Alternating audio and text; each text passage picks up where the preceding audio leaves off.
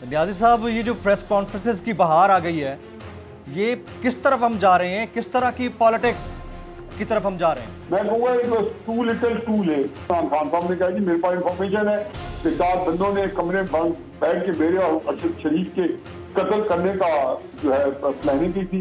न्याजी साहब, ये जो प्रेस कॉन्फ्रेंसेस की बहार आ गई है, ये किस तरफ हम जा रहे हैं? किस तरह की पॉलिटिक्स की तरफ हम जा रहे हैं? देखिए जी, प्रेस कॉन्फ्रेंसेस जो है वो तो खैर बाहर क्या नहीं है, उनके पास मुझे यूं लगता है वो ताना में बजाना में कोई चॉइस नहीं थी। जिस तरीके से मतलब कल भी जो सियालकोट के अंदर इमरान खान साहब ने 3 खिताब किए, एक मेरे कॉलेज में स्टूडेंट से किया, एक वकला के आगे किया और एक उन्होंने शायद किया उधर अपने वर्कर्स के आगे। और अब उसमें जब ये सारा खिताब किया तो उसके अंदर इतनी उनकी एग्रेसिव लैंग्वेज थी इदारों के खिलाफ कि बंदा हैरान होता है कि जी को जो लैंग्वेज इस्तेमाल की गई है, जो कुछ जो उन्होंने अल्फाज इस्तेमाल किए हैं वो तकलीफ दे थे। तो आज मेरा ख्याल है वो भरे पड़े थे। मैं कहूँगा एक टू लिटिल टू लेट। मैंने कहा टू लिटिल तो नहीं था, आज उन्होंने खूब दिल की भड़ास निकाली है तो हमारे दोनों जर्नैलों ने, लेकिन टू लेट था। इतने अरसे से लगे हुए थे। अब इसमें यह है कि जी मैं तो मुझे तो शायद एस्टेब्लिशमेंट से भी है कि इतने अरसे से जो हीरा तराशा इन्होंने और हमारे सर में बिठाए थे 3.5 साल पाकिस्तान का पाजा बिला दिया है, इसका कौन हिसाब देगा? आज किसी ने सवाल भी किया तो उन्होंने कहा जी चलो किसी दिन आप इस पर कह रहा है तो बहस करेंगे। बहस क्या करनी है? हम हर दफा एक डिजास्टर करते हैं, पाकिस्तान को एक जिसको ब्रेक इट और ब्रेक इट की वैली से बचा देते हैं। अब उसमें क्या किया जाए? ये बहरहाल उन्होंने बातें बहुत की हैं जिसके अंदर खसूसन मुझे तो बड़ी तकलीफ हुई है अरशद शरीफ साहब के जो वाकयात की जो उन्होंने आज डॉट्स मिलाई हैं और जिसके अंदर बड़े बड़े मीडिया हाउसेस के नाम आए हैं और बड़े बड़े लोगों के।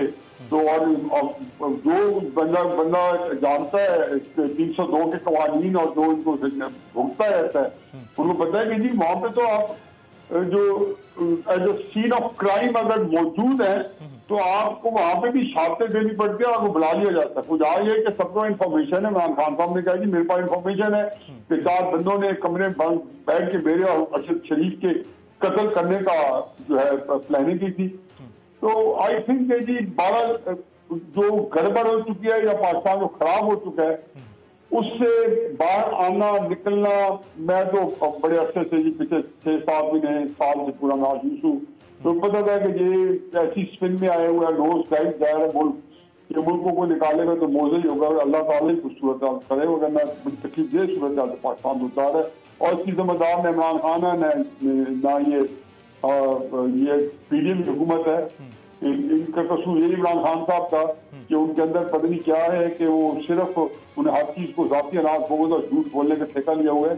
असल जिम्मेदार इसकी हमारी एस्टेब्लिशमेंट ही है जिन्होंने ये हीरा तराशा और हमारे ऊपर नाफिज किया। हफीजुल्लाह न्याजी साहब, ये जो डेवलपिंग स्टेटमेंट्स हैं मुख्तलिफ लोगों की और इवन अगर कीनियन पुलिस का देखा जाए तो वो भी अपना स्टेटमेंट चेंज कर रहे हैं वाक़े से मुतालिक, तो इसके ऊपर नहीं सवाल उठता कि ये क्यों हो रहा है? बार बार हो रहा है, मुसलसल हो रहा है। कल फैसल वाडा साहब का अचानक से बैठे बैठे जमीर जाग गया, उसके ऊपर कुछ कमेंट करना चाहेंगे न्याजी साहब?